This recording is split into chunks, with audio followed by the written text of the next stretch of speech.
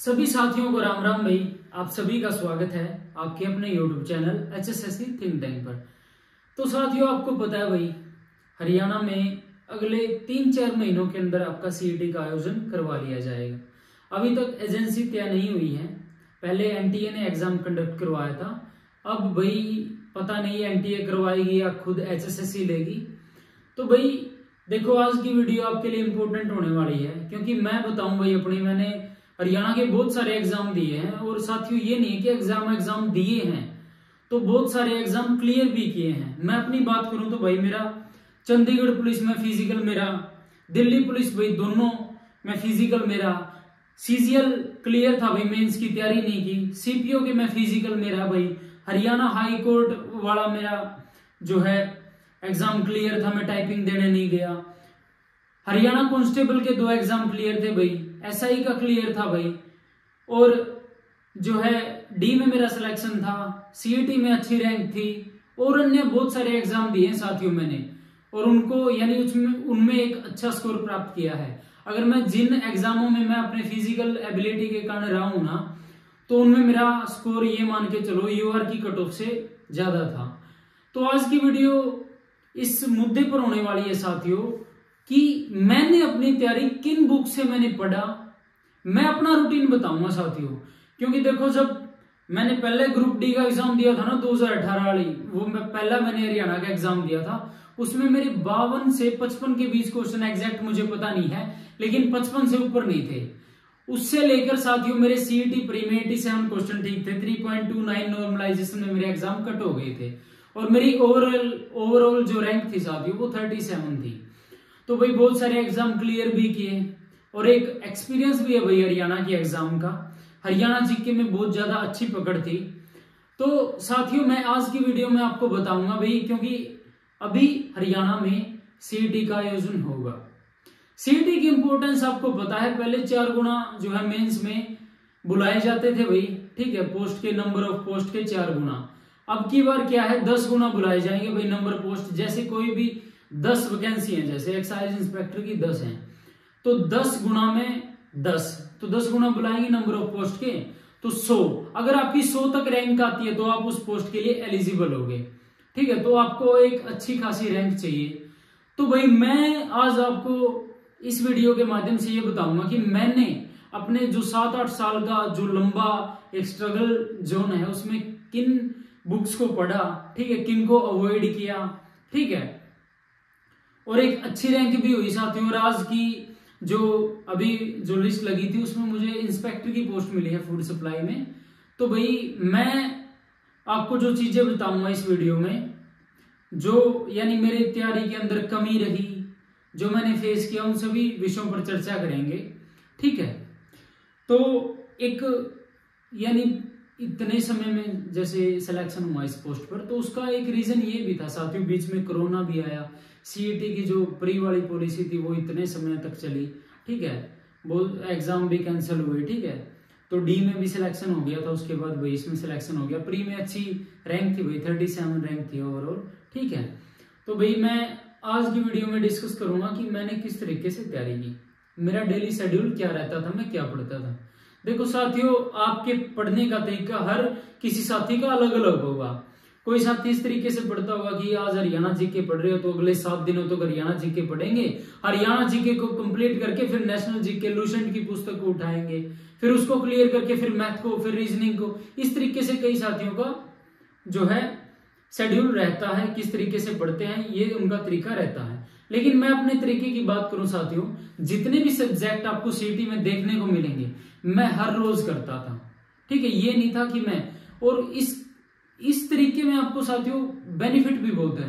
एक तो 7 दिनों तक आप कोई सब्जेक्ट पढ़ोगे, दूसरे सब्जेक्ट पर आपकी पकड़ कम हो जाएगी, लेकिन आप डेली 2-2, 1-1 घंटा हर सब्जेक्ट को दोगे तो आपकी पकड़ मजबूत होगी, आप उन सब्जेक्ट के साथ जुड़े रहोगे। तो मेरा ये तरीका था, आपको तरीका अच्छा लगे तो फॉलो करना साथियों, और नहीं लगे तो भाई जिस तरीके को, लेकिन जो चीजें अच्छी लगे तो लेनी चाहिए किसी से, ठीक है। ज्ञान कहीं पर भी मिले तो ले लेना चाहिए साथियों। तो भाई मैं जिस तरीके से पढ़ता था मैं आपको बताऊंगा, ठीक है। देखो साथियों, स्टार्टिंग में मेरा जो यानी मैं जो बेस कहते हैं मैं मैथ से दूर भागता था, जो मैथ है, क्योंकि मैंने +2 मेडिकल से की है। मेडिकल से करने का सिर्फ एक ही रीजन था, मैथ नहीं आता था मुझे, ठीक है। इस करके ये सोचा बायोलॉजी में रट्टे लग जाएंगे, तो इस करके मैंने +2 जो है मेडिकल से की। मैथ से मैं डरता था, भागता था दूर, लेकिन मैथ करना पड़ गया साथियों। सिचुएशन कुछ ऐसी रही कि मुझे मैथ करना पड़ गया। मैंने 5-6 महीने कोचिंग ली, दिल्ली ली पैरामाउंट एकेडमी से, ठीक है। तो मैथ करना पड़ा साथियों। लेकिन मैं आपको बताऊं, अगर आप किसी चीज को करोगे तो आपको वो आसान लगेगी। अगर आप किसी चीज को मुश्किल समझ रहे हो और उसको कर ही नहीं रहे हो, तो वो साथियों आप कभी नहीं कर पाओगे, ठीक है। तो जो चीजें आपको कमजोर लगती हैं उन पे फोकस दो, फोकस करो उन चीजों पे। जैसे मेरा क्या था, मैं आपको बताऊंगा भाई। मैथ पोर्शन को उठाता हूं मैं। मैथ मैंने है ना, मैं दिल्ली से फिर जींद आया, लाइब्रेरी ज्वाइन की। उसके बाद साथियों मैंने अर्थमेटिक मैथ, मैं बताऊं तो आपको राकेश यादव का मैथ आता है 7300, जो उसमें अर्थमेटिक मैथ है ना, मैंने साथियों वो कम से कम 10 बार कर दिया मैंने। राकेश यादव का मैथ कम से कम 10 बार, RS अग्रवाल का, वो तो बेसिक मैथ है, लेकिन वो चीजें करके देखी तो मुझे वो चीज यानी आई। मैं मैथ से डरता था, लेकिन अर्थमेटिक में इतनी पकड़ हो गई थी, यानी किसी तरीके का सवाल हो वो, यानी चाहे उस सवाल को करने में कैसा ही तरीका अपनाना पड़े, वो मैं उसको अपना के वो कर देता था साथियों, ठीक है। लेकिन एडवांस मैथ में थोड़ी वीकनेस रही साथियों। मैं एडवांस मैथ पे मैंने जितना फोकस अर्थमेटिक मैथ पे किया उस जितना मैंने इस पे नहीं किया भाई साथियों। क्या नाम है आपका, एडवांस मैथ पे। तो एडवांस मैथ ये मान के चलो जो हरियाणा के एग्जाम है उस लेवल का मैं एडवांस मैथ कर सकता था, लेकिन मैं जो SSC लेवल में एडवांस मैथ आता मैं उसको सोल्व नहीं, यानी आज भी मेरी वो कमजोरी है।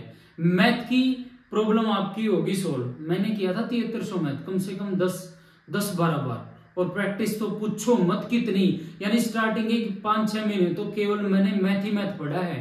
डेली 7-8 घंटे पढ़ता था, वो सिर्फ मैथ ही मैथ करता था मैं।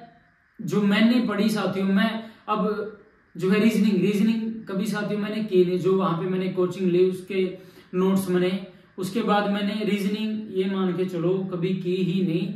एग्जाम के टाइम में 1 महीने पहले प्रैक्टिस सेट लगाने लग जाता था, तो मैंने प्रैक्टिस सेट लगाए, और जिन पोर्शन में मेरे एग्जाम यानी जो है क्वेश्चन गलत होते थे, मैंने उस पोर्शन पर अपना वर्क किया। जैसे कोई भी क्वेश्चन आ रहा है, कैलेंडर का आ रहा है, क्लॉक का आ रहा है, तो उन चैप्टर पर फोकस किया, तो उससे मेरे वो चैप्टर बेहतरीन हो गए, ठीक है। अभी रीजनिंग और मैथ का प्रॉब्लम जो है सोल्व हो गया आपका। अभी बात करते हैं साथियों नेशनल जीके की। नेशनल जीके की आप ये पूछ के यानी पूछोगे ना कितनी बुक्स पढ़ी, तो मैं बता नहीं सकता मैंने कितनी बुक्स पढ़ी है। हरियंत की, लूसेंट की ऑप्शनल, लूसेंट की थ्योरेटिकल, घटना चक्कर, और पैरामाउंट की जो बुक आती थी, और मैं भी बता नहीं सकता वो बुक्स मैंने पढ़ी, ठीक है। उसके बाद वही टेस्ट वगैरह लगाते थे टेक्स्ट बुक पे, जिस पोर्शन पे कमी लगती थी उस पोर्शन पे वर्क कर लेते थे। साइंस पोर्शन की बुक्स अलग रहेगी साथियों, उसमें साइंस की जो स्पेशली बुक आती है लूसेंट की वो भी पढ़ी, साइंस की रुकमणी के जो प्रीवियस ईयर क्वेश्चन आते हैं वो पढ़े। तो मैंने साथियों जीके के पोर्शन पे यानी अच्छी पकड़ थी नेशनल जीके पे, तो वो किया, ठीक है। तो इस तरीके से आप अपनी नेशनल जीके को कवर कर सकते हो। अब बात आती है हरियाणा जीके की, ठीक है। 15-15-30 जो प्रीवियस CET हुआ था उसके बेस पे कहता हूं मैं साथियों, 15 का मैथ, 15 की रीजनिंग, 15 की नेशनल जीके, 45 और 25 की बात करते हैं हम अब हरियाणा जीके। हरियाणा जीके की साथियों में बुक्स मैंने बहुत पढ़ी है। मैंने एकलव्य पढ़ी है, मैंने ट्विटर पढ़ी है, मैंने जो है हरियंत की आती है वो पढ़ी है, मैंने मानचित्रावली पढ़ी है, मैंने विद्यापीठ वाली वो पढ़ी है, मैंने केसी पब्लिकेशन की पढ़ी है। और जो ऑब्जेक्टिव टाइप है उनका तो यानी मैं आपको गिनती नहीं बता सकता, जो भी मार्केट में नई बुक आई वो मैंने छोड़ी नहीं, ठीक है। तो एक मैं आपको बताऊंगा जो मैंने बुक्स पढ़ी हैं उसमें आप एक बुक को फॉलो कर लो, उसके बाद जितने भी यानी ऑब्जेक्टिव टाइप की बुक हैं जैसे अपना हरियाणा, केसी पब्लिकेशन और जैसे हरियाणा बूस्टर, इस तरीके की किताब पढ़ो आप, क्योंकि हरियाणा जीके में लगभग प्रीवियस ईयर एग्जाम में जो क्वेश्चन आए हैं उनको पूछा जाता है। ठीक है, तो आप ऑब्जेक्टिव टाइप के लिए कोई भी मार्केट से जो है ऑब्जेक्टिव टाइप की बुक्स उठा लो और उनको अच्छे तरीके से करो, हरियाणा जीके आपकी कंप्लीट हो जाएगी। ठीक है, ठीक है। उसके बाद जो अपने चैनल पे कंटेंट है मैं उसके बारे में बताऊंगा, पहले सब्जेक्ट्स के बारे में डिस्कस कर लेते हैं। इंग्लिश की बुक भाई, इंग्लिश का मैंने देखो पहले वहां पे भी जो मैं एकेडमी ज्वाइन करती थी वहां पे भी मैंने इंग्लिश की बुक्स पढ़ी। उसके बाद मैंने यानी एक क्रेज चलता है इस बुक का, प्लेन टू पैरामाउंट, ये बहुत बार पढ़ी साथियों, बहुत बार पढ़ी मैंने। उसके बाद जयदीप सर की आती है भाई, जयदीप सर की बुक मैंने यानी कम से कम 5-7 बार, 148 सेट है उसमें, previous year CHSL, MTS, CGL, CPO, जितने भी प्रीवियस ईयर एग्जाम्स के क्वेश्चन है मैंने उसको 4 से 5 बार उनको यानी एक बार सोल्व कर लेते हैं ना, बार बार उनको सोल्व किया। मैं रूल पढ़ता था, इंग्लिश नहीं आती थी, कितनी बार आप रूल को पढ़ दो आपको इंग्लिश नहीं आएगी जब तक आप मैथ के तरीके से इसकी प्रैक्टिस नहीं करोगे। इंग्लिश की जो भी आपके एरर्स वगैरह आते हैं, एंटोनियम सिनोनिम जो प्रीवियस ईयर एग्जाम में पूछे जाते हैं, जब तक आप प्रैक्टिस नहीं करोगे आपको इंग्लिश नहीं आएगी। रूल्स के आप रूल्स पढ़े जाओ, 10 बार पढ़ लो, 20 बार पढ़ लो, इंग्लिश पे आपकी पकड़ नहीं पड़ेगी जब तक आप रूल्स को पढ़ के उनको अच्छे तरीके से इंप्लीमेंट करना नहीं सीखोगे तो आपको इंग्लिश नहीं आएगी। तो इंग्लिश की आपकी मैंने बता दिया भाई किस तरीके से करो, पहले अपने रूल्स पढ़ो। ठीक है, उसके बाद आप कोई भी उठा लो, बुक्स मार्केट में बहुत हैं जो प्रीवियस ईयर एग्जाम के बेसिस पर हैं, उन बुक्स को प्रैक्टिस करो, 1 बार की, 2 बार की, 3 बार की, 4 बार की। 10 किताबों से अच्छा साथियों एक बुक को आप फॉलो कर लेंगे ना, वो आपके लिए बहुत ज्यादा बेनिफिशियल रहेगी। एक तो आप 10 बुकों को पढ़ रहे हो और एक बुक को 10 बार पढ़ रहे हो, तो एक बुक 10 बार आप पढ़ोगे तो आपके लिए वो बेनिफिशियल रहेगी। तो आपकी इंग्लिश की प्रॉब्लम हो गई खत्म। अब बात करते हैं हिंदी की। हिंदी साथियों मेरी भी यानी मैं क्या था शुरुआत में मैंने एग्जाम दिए तो मैं क्या था, एग्जाम के टाइम पर हिंदी को करता था। ठीक है, लेकिन वो सबसे बड़ी प्रॉब्लम है, हिंदी ऐसा सब्जेक्ट है, हिंदी रीजनिंग, अगर आप एक भी क्वेश्चन गलत करते हो ना तो आप बहुत सारे स्टूडेंट से पीछे रह जाओगे। ठीक है, तो इन सब्जेक्ट पे अपनी पकड़ बहुत ज्यादा मजबूत बनाओ। ठीक है, तो हिंदी के लिए आप निधि पब्लिकेशन, RBD पब्लिकेशन, संध्या बुक, लूसेंट, कोई सी भी बुक करो, लेकिन एग्जाम के टाइप आप संध्या बुक को ले लेना भाई, संध्या बुक है। ठीक है, संध्या बुक है। और मैं राइटर का तो संजीव पहलवा के नाम से उसके ऑथर हैं। ठीक है, अपने गुवांड से हैं अपने मास्टर जी, उनकी बुक है वो भाई। एग्जाम से 15 दिन पहले उस बुक को फॉलो कर लेना। वो बुक ऐसी है, आप 10-15 मिनट पहले भी, आधा 1 घंटे पहले हिंदी को यानी क्विक रिवीजन करोगे ना, आपकी वो कंप्लीट बुक हो जाएगी मात्र आधा और 1 घंटे के बीच। ठीक है, हिंदी की प्रॉब्लम हो गई आपकी सॉल्व। अब बात करते हैं नेशनल करंट अफेयर्स की। नेशनल करंट अफेयर्स के लिए भाई आप एग्जाम, जब आपके एग्जाम डेट अनाउंस हो जाए उससे 1 महीने पहले आप लेटेस्ट वर्जन जो है स्पीडी का उसको परचेज कर लेना। ठीक है, उस बुक को भाई 2 से 3 बार पढ़ो। 1 बार पढ़ोगे तो आपको यानी कुछ भी याद नहीं होगा, लेकिन 2-3 बार उस बुक से आप निकल गए तो आपकी करंट बहुत मजबूत हो जाएगी।